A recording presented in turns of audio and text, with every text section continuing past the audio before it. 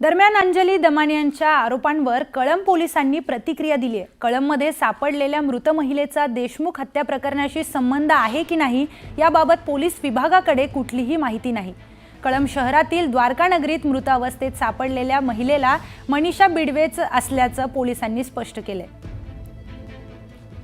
एक मृतदेह आम्हाला त्या ठिकाणी सडलेल्या अवस्थेमध्ये आढळून आला, परंतु लॉक केलेला असल्यामुळे आम्ही तात्काळ घाई न करता फोरेन्सिक टीमला वगैरे बोलवून घेऊन पुढील कारवाई केलेली आहे।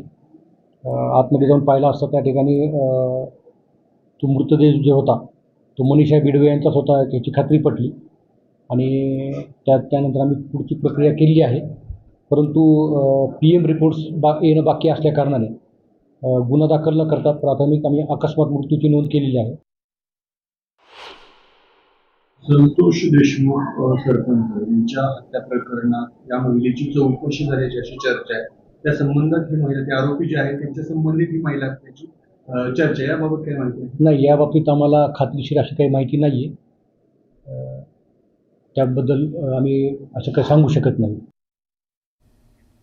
पुढची बातमी बीडमधून। बीडमध्ये जिल्हा कारागृहात सकाळच्या सुमारास राडा झाल्याची माहिती समोर येते। सरपंच संतोष देशमुख हत्या प्रकरणातील आरोपी वाल्मिक कराड आणि सुदर्शन घुलेला मारहाण झाल्याची माहिती मिळते।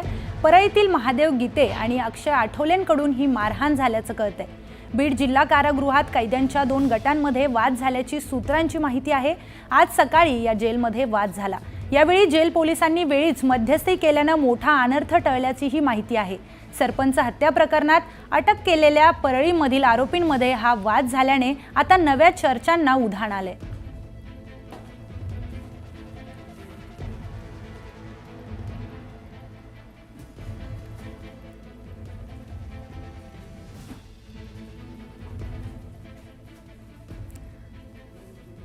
तर कोण आहेत महादेव गीते पाहुयात ग्राफिक्सच्या माध्यमातून। महादेव गीते हा बापू आंधळे हत्या प्रकरणातील आरोपी आहे आणि महादेव गीते सध्या बीड जिल्हा कारागृहात आहेत। 29 जून 2024 रोजी महादेव गीतेवर गोळीबार झाला होता। कराडच्या सांगण्यावरून गोळीबार केल्याचा महादेव गीतेंचा आरोप आहे।